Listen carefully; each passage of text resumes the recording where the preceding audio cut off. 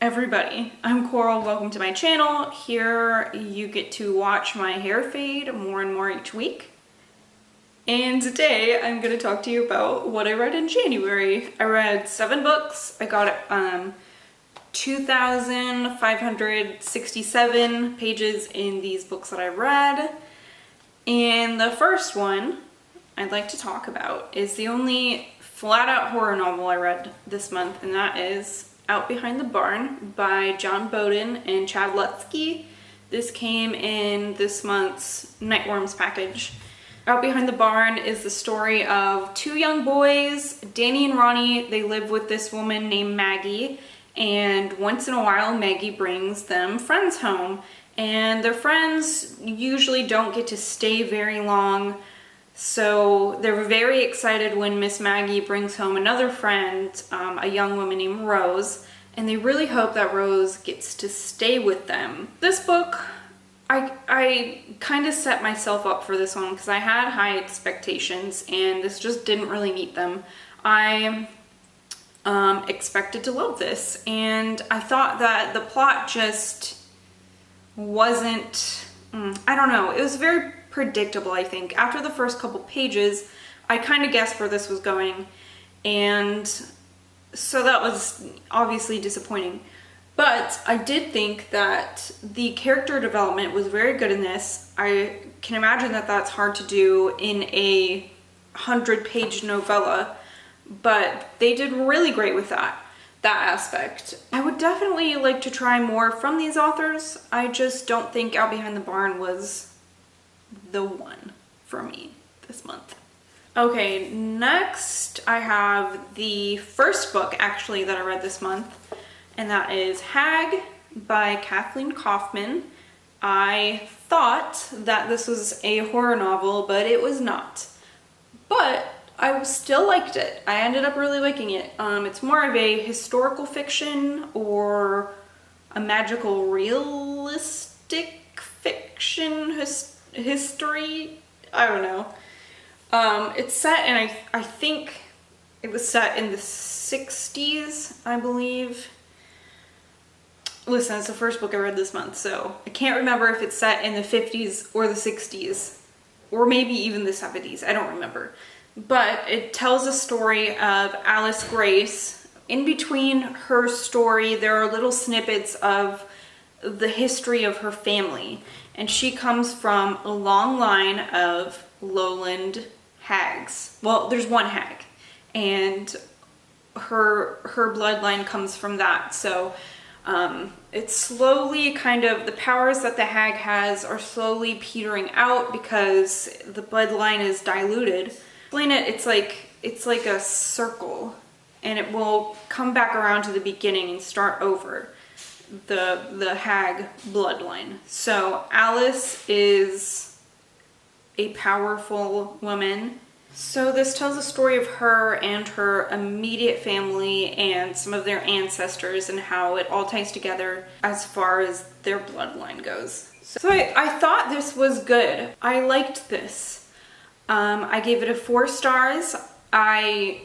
Like I said, I thought it was going to be a horror book, but it wasn't, and I wasn't even mad about it because I thought this writing was beautiful. It was a slower novel. I know that's not for some people, but I thought this was done super well, and I would love to read more of Kathleen Kaufman's work. Next, I read 2 Stephen Kings this month. I'm not going to talk about them because I'm doing another series where I talk about the King books I read and their connections, if they have any, to the Dark Tower. But I read The Dead Zone and I read Firestarter. Dead Zone really surprised me. I don't really hear that much about this, and I ended up giving it 5 stars. I thought it was great. I'm surprised that I don't hear more about this one, because maybe it's just like a secret hidden gem that nobody talks about. Well, I don't know. I liked it. I thought it was good. I also read Firestarter. I gave Firestarter a 3.5 stars. The bump, it probably would have been like 3 stars, I think, except for that Oh, I have a cat here, honey. It probably would have been 3 stars, except for that I really loved the ending. I thought that was so good. But the rest of the book was such a dang slog. I cared about the characters, but it was like nothing, barely anything happened for so long. And I just wanted something to happen. And finally, like 2/3 of the way in, you know, it started to pick up a little bit, but it took so long to get this story started, it felt like. So this is 3.5 stars. Okay, next was my TBR pick this month, my TBR jar, and that was Swamplandia by Karen Russell. This was just kind of a literary or general fiction book, and I gave it 3 stars. I can't quite pinpoint my feelings on this. I really liked some aspects of it, but okay, so I liked the characters a lot. I thought that this was very character driven, obviously. It's about a family who owns an alligator wrestling kind of theme park, but it's like they own this island, the small island in Florida that this theme park's on, and it's like it's called Swamplandia, obviously, and the theme park is there, and also they live on it. They live on the island. So these kids, it's an older brother named Kiwi, an older sister named Osceola, and then a younger sister named Ava. And Kiwi is very smart, and he thinks he's destined for bigger and better things than just living on this island. Osceola is kind of quiet and meek, and all of a sudden she finds this book on spirituality and starts talking to the dead and finds a young man ghost that she falls in love with. And then there's little Ava, and she really just wants to be an alligator wrestler like her parents. Their mother dies at the very beginning of the book, so that's not a spoiler. And they're kind of trying to, as a family, like pick up the pieces and keep Swamplandia going. And this goes in a couple of different directions. You follow a couple different characters. And I really, really loved these characters. I felt connected to them, but I just didn't. I wish that it would have been these characters somewhere else doing something different. I thought it was written well. It was kind of like clever in some places, kind of funny in a clever way. And there's one part that was something really terrible happens to one of the girls. I'm sure we can all guess what it is. And that part was a little hard to read, especially because these children growing up on this island without much contact from the mainland except for through these tourists, they're very smart and they're skillful and they're practical at the things that they need to know living on this island, but they're very naive as to how the real world works. So I gave this 3 stars. I might pick up some more of Karen Russell's work because I really like her characters and I like the way she writes. This one just, I don't know. Like I said, I can't really quite pinpoint how exactly I feel about it, but. Next up, I have a book. It's a sequel, just came out this year, called The Wicked King. The first book was called Cruel Prince. They're by Holly Black. And The Cruel Prince is basically about this mortal girl named Jude who is kidnapped by her older half-fairy sister's dad and brought to the fairy world. It's kind of about her trying to figure out how to live there with the fairies because the fairies just don't give a shit about humans. They're just kind of playthings.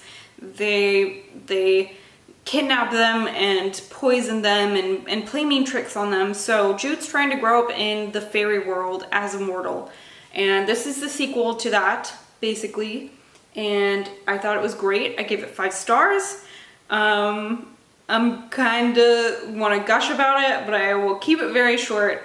I thought it was great. There's betrayal, there's trickery, there's fairies in this that are very, very, very morally gray, and I love that. I thought it was great. Okay, last but not least, I read Red Rising this month and I loved it so much, and I'm so glad that I liked it so much. I wasn't sure if I would. I don't read a lot of sci-fi. Not that I don't like it, but I feel dubious towards space opera, which is what I kind of assumed this would be, but it was not, at least not in this one. It was not space opera-y at all. This is the story of a 16-year-old boy named Darrow, who's basically a mining slave. He is told that he's a pioneer for the human civilization, and they're trying to terraform Mars so that other people can come live on Mars. But this is a dystopian, so I guess you can guess how this goes. But I thought it was so good. The writing style maybe could have been better. I don't know. I'm not an author, so I always feel weird saying that. But I read a lot of books, and this one took a little bit to get into, especially because there's some strange slang in it. And like abbreviations for stuff, and it's like, wait, what was that? And then I'd have to take a break from where I was to go back and like look it up and see if I could figure out what the abbreviation was in that context and stuff. But I really liked this, and I cannot wait to get to the next book in this series. All right, guys, that's what I read this month. I'm going to have a TBR video out soon after this. Yeah, leave me a comment down below if there's anything you read and loved, or anything you read and hated, or if you think my opinion's stupid, or if you think I'm the best. Just tell me. Tell me anything. Talk to me. I'm really interested in what you have to say. So, that's all I have for you. Until the next video, see you later, alligators.